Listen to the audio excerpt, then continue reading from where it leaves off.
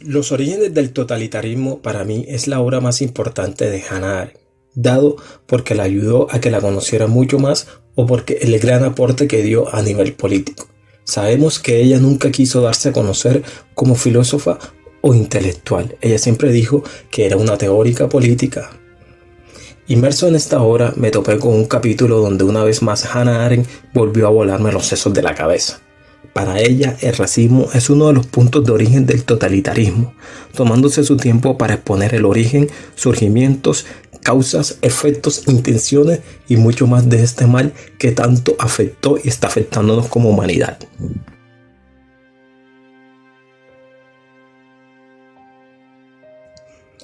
Si el pensamiento de raza es una invención alemana, como se afirma, entonces este pensamiento resultó victorioso durante mucho tiempo y en muchos lugares, antes de que los nazis comenzaran su fatídico intento de conquistar el mundo.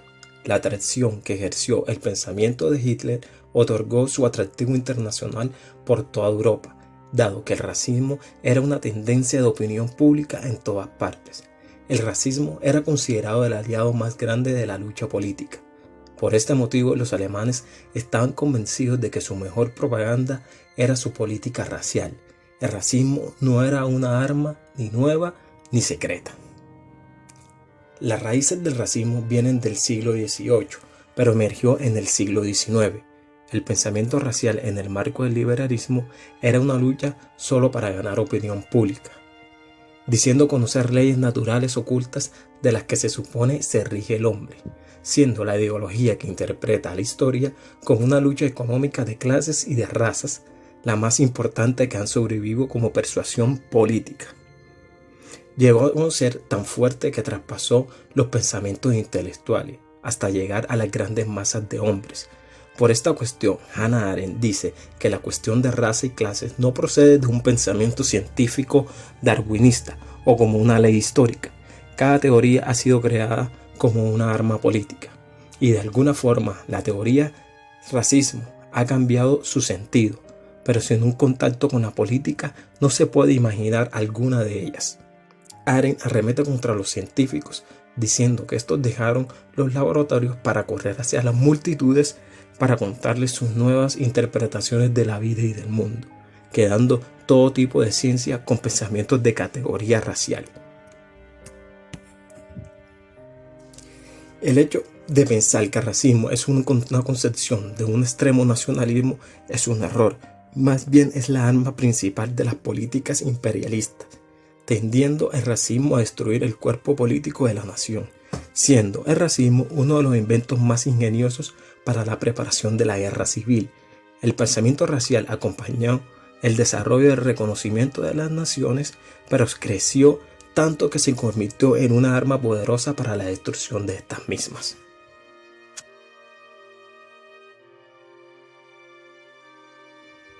Durante el siglo XVIII, los franceses tuvieron un interés por los pueblos diferentes, extraños y salvajes. La honradez y la sencillez de los pueblos no civilizados significaban un contraste con la frivolidad y complejidad de la cultura francesa. Un gran entusiasmo por conocer todos estos nuevos espécimenes de la humanidad hizo que Francia liberara a cada pueblo de cada color bajo la bandera francesa. Sin embargo, este país, amante de la humanidad, es donde se debe buscar el germen de la destrucción de las naciones y del racismo aniquilador de la humanidad. El conde de Bolivarge fue un noble francés que escribió e interpretó a Francia como dos naciones diferentes, una de origen germánico y la otra los habitantes más antiguos, los galos. Los primeros dominándolos y apoderándose de sus tierras e imponiéndose como clase dominante. Basó exclusivamente su doctrina en el eterno derecho de conquista. Bolivarge fue profundamente influido por las doctrinas del siglo XVII relativas al derecho de la fuerza y fue ciertamente uno de los más consecuentes discípulos contemporáneos de Spinoza, cuya ética tradujo y cuyo tratado de teología política analizó.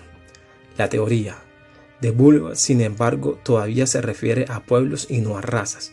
Basa el derecho del pueblo superior en un hecho histórico, la conquista, y no es un hecho físico, aunque el hecho histórico ya tiene una cierta influencia sobre las cualidades naturales del pueblo conquistado. era un antinacional en una época donde el concepto de nación era nuevo y revolucionario. Fueron, desde luego, estas tendencias antinacionales las que influenciaron en el ambiente de los émigrés, que resultaron absorbidas por las nuevas doctrinas raciales en un periodo posterior al siglo XIX. Esto llevó a los nobles franceses en su lucha de clases contra la burguesía descubrieran que pertenecían a otra nación y se hallaban más ligados a una casta internacional que al suelo de Francia. Todas las teorías raciales francesas hallan apoyo en el germanismo, sintiéndose superior a sus compatriotas. En cualquier caso, por paradójico que parezca, el hecho es que los franceses fueron los primeros en insistir antes que los alemanes a que los ingleses en la idea de superioridad germánica.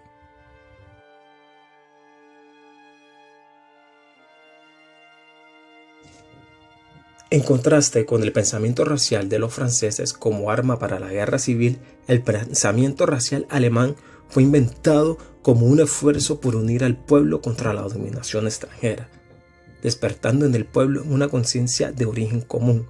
Como el pensamiento racial alemán de unir a todos los estados alemanes permaneció mucho tiempo estrecho a sentimientos nacionales, resulta difícil distinguir entre nacionalismo y racismo, haciendo confundir a los historiadores actuales entre lo que es el racismo y el nacionalismo alemán, contribuyendo a la tremenda propaganda internacional de Hitler. Estas condiciones de nacionalismo cambiaron cuando se llevó a cabo la unificación de la nación y se desarrollaron conjuntamente el racismo alemán y el imperialismo alemán. El pensamiento racial se desarrolló como una arma de nacionalistas que deseaban la unión de todos los pueblos de habla alemana y por eso insistían en un origen común. Esto hizo que difícilmente se hablara de un pensamiento racial. Las definiciones naturalistas de los pueblos son características destacadas de las ideologías alemanas. Sin embargo, no son todavía verdadero racismo, porque los mismos hombres que se expresan en estos términos raciales todavía sostienen el pilar central de la genuinidad nacional, la igualdad de los pueblos.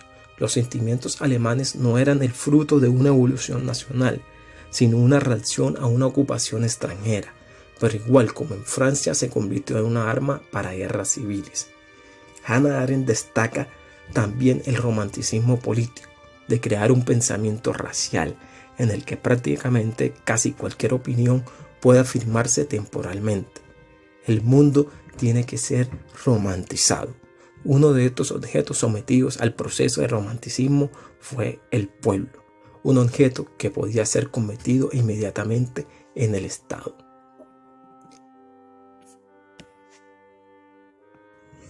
Mediante el romanticismo, los intelectuales modernos lo que buscaban era que la mentalidad general de los estudios alemanes se convirtieran en la ideología a seguir o someterse, llevando estas ideas a convertirse en el centro de toda una visión de la vida y del mundo. Este cinismo a la romántica adoración de la personalidad ha hecho posible ciertas modernas actitudes de los intelectuales, donde Mussolini, uno de los herederos del romanticismo, se describe siendo al mismo tiempo aristócrata y demócrata, revolucionario y reaccionario, proletariado y antiproletariado, pacifista y antipacifista. El individualismo del romanticismo nunca aspiró a nada más serio que la idea de que cualquiera es libre de crear para sí mismo su propia ideología. Lo que fue nuevo en el experimento de Mussolini es el intento de lograrlo con toda la energía posible. También se creó otro concepto llamado la personalidad innata. Esta se obtenía por el nacimiento y no era adquirida por méritos. Esto suponía que la misma naturaleza había proporcionado un título allí donde no lo había negado la realidad política. Este discriminatorio punto de concepto social fue inmediatamente afirmado. Durante el largo periodo de antisemitismo social que introdujo el descubrimiento del odio al judío como arma política, fue la falta de una personalidad innata, la falta innata de tacto, la falta innata de productividad, la disposición innata para el comercio, lo que separó el comportamiento del hombre de negocios judíos del de su colega medio. La insistencia en el origen común como una esencia de la nacionalidad que formularon los alemanes después de la guerra de 1814 y lo romántico en la personalidad innata prepararon intelectualmente el camino del pensamiento racial en Alemania. De uno procede la doctrina orgánica de la historia con sus leyes naturales, de la última surge a final del siglo el grotesco homúnculo del superhombre, cuyo destino natural consiste en dominar al mundo, siendo medios temporales de realidades políticas, pero aclarando que esto no sucedió primero en Alemania, sino en Francia. Durante las primeras décadas del imperialismo se descubrieron dos nuevos medios para la organización y la dominación de pueblos extranjeros. Uno fue la raza como principio del cuerpo político y el otro la burocracia como un principio de la dominación exterior. Ambos descubiertos en el continente negro. La raza fue la respuesta a la monstruosidad en África, determinando las más terribles masacres de la historia reciente, mientras que la raza, tanto si era una teoría de fabricación doméstica en Europa, atrajo siempre a los peores elementos de la civilización occidental. La burocracia atrajo primero a los mejores y a veces a los más clarividentes estratos de la inteligencia europea. La burocracia era la organización del gran juego de la expansión en el que cada área era considerada un escalón de inversiones y cada pueblo un instrumento para una conquista. Aunque al final el racismo y la burocracia demostraron hallarse interrelacionados en muchos aspectos, fueron descubiertos y se desarrollaron independientemente. Nadie que de una forma o de otra estuviera implicado en su perfeccionamiento llegó a comprender toda la gama de potencialidades de la acumulación de poder y destrucción que por sí sola proporcionaba esta combinación. De los dos principales medios políticos de dominación imperialista, el de la raza fue descubierto en África del Sur y el de la burocracia en Argelia, Egipto y la India. La primera fue originalmente una noción apenas consciente ante tribus de cuya humanidad el hombre europeo se sentía avergonzado y asustado, mientras que la segunda fue una consecuencia de esta administración, por la que los europeos habían tratado de dominar a pueblos extranjeros a los que se consideraban inevitablemente inferiores y a los que estimaban al tiempo necesitados de su protección especial. La raza pasó a ser algo donde nada humana podía existir y la burocracia una responsabilidad que ningún pueblo puede asumir por otro. El papel de las leyendas es muy importante para recrear una versión de hechos dados por accidentes para transformarlos en un acto voluntario.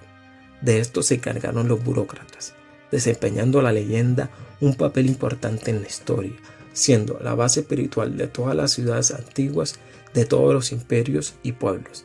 En este sentido, las leyendas no son solo los primeros recuerdos de la humanidad, sino realmente los auténticos comienzos de la historia humana.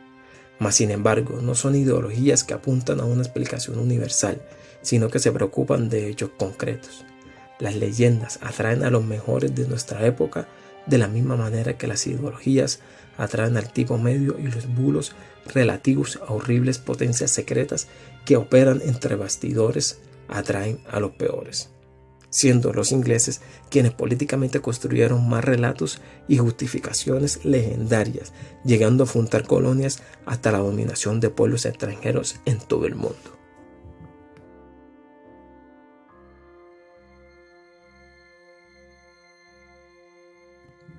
El nazismo alemán y el bolchevismo ruso soviético se deben más al pangermanismo y al paneslavismo que cualquier otra ideología y movimiento político, evidenciándose en su política exterior, donde los programas de conquista durante la Primera Guerra Mundial fueron muy bien trazados por estos pan-movimientos, aunque ni Hitler ni Stalin reconocieron nunca su deuda con el imperialismo en sus métodos de dominación. Ninguno dudó en admitir lo que debía a la ideología de los panmovimientos o en imitar sus eslogans. El imperialismo continental comienza verdaderamente en la patria, aunque compartió con el imperialismo ultramarino el desprecio por la estrechez de la nación-estado. Opuso a esta no tanto argumentos económicos, que al fin y al cabo expresaban frecuentemente sus auténticas necesidades nacionales como ensanchada conciencia trivial a la que se suponía capaz de unir a todos los pueblos de origen semejante, independientemente de la historia y sea cual fuera el lugar donde hubieran vivido. Por eso el imperialismo continental se inició con una mucho más íntima afinidad con el concepto de raza. Absorbió entusiasmadamente la tradición del pensamiento racial y escasamente se apoyó en experiencias específicas. Sus conceptos raciales eran completamente ideológicos en su base y evolucionaron hasta convertirse en un arma política. En los movimientos, la iniciativa siempre descansaba exclusivamente en el populacho, que era conocido entonces como hoy por un cierto tipo de intelectuales. Carecían de la ambición de dominar el mundo, pero sabían cómo organizar el populacho y eran conscientes de los empleos que para la organización, y no simplemente ideológicos o propagandísticos, podían darse a los conceptos raciales.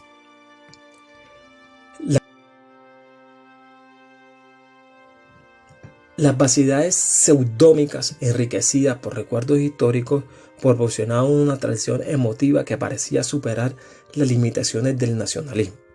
Fuera de esto, en cualquier caso, surgió esa nueva clase de sentimiento nacionalista, cuya violencia resultó ser un excelente motor para poner en movimiento a las masas del populacho y completamente adecuada para reemplazar como centro emocional a un más antiguo patriotismo nacional. Este nuevo tipo de nacionalidades fue muy diferentes en contenido y significado, aunque no en violencia de los excesos nacionalistas occidentales.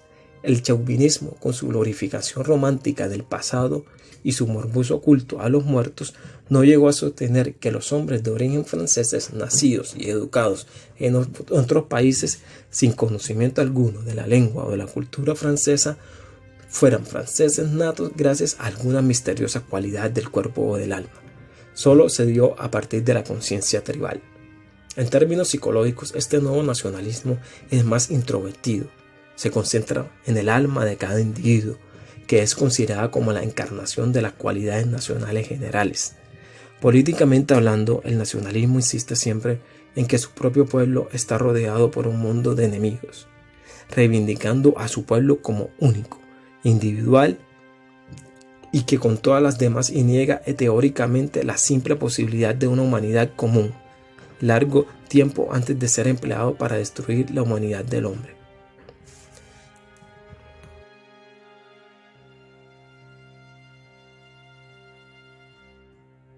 El racismo puede, desde luego, llevar a la ruina al mundo occidental y, lo que importa, al conjunto de la civilización humana. Cuando los rusos se hayan convertido en esclavos, cuando los franceses hayan asumido el papel de dirigentes de una force noble, cuando los ingleses se hayan troncado en hombres blancos, como ya por desastroso o maléfico se convirtió en arios todos los alemanes, entonces esta transformación significará en sí misma el final del hombre occidental, porque pese a lo que los ocultos científicos pueden afirmar, la raza no es, políticamente hablando, el comienzo de la humanidad, sino su final. No es el origen de los pueblos, sino su declive. No es el nacimiento natural del hombre, sino su muerte antinatural.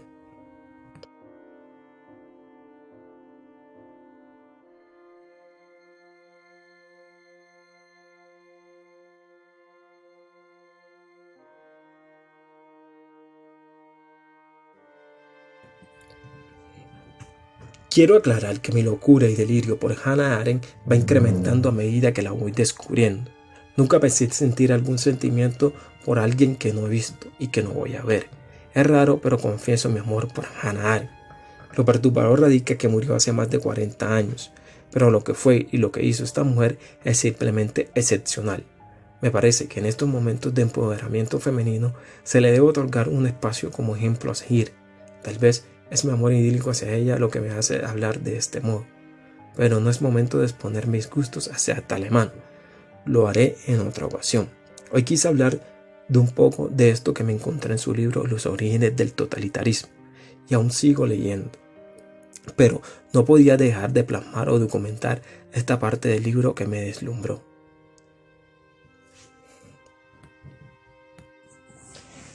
Mi nombre es Jorge Arias y esto es El Aleph.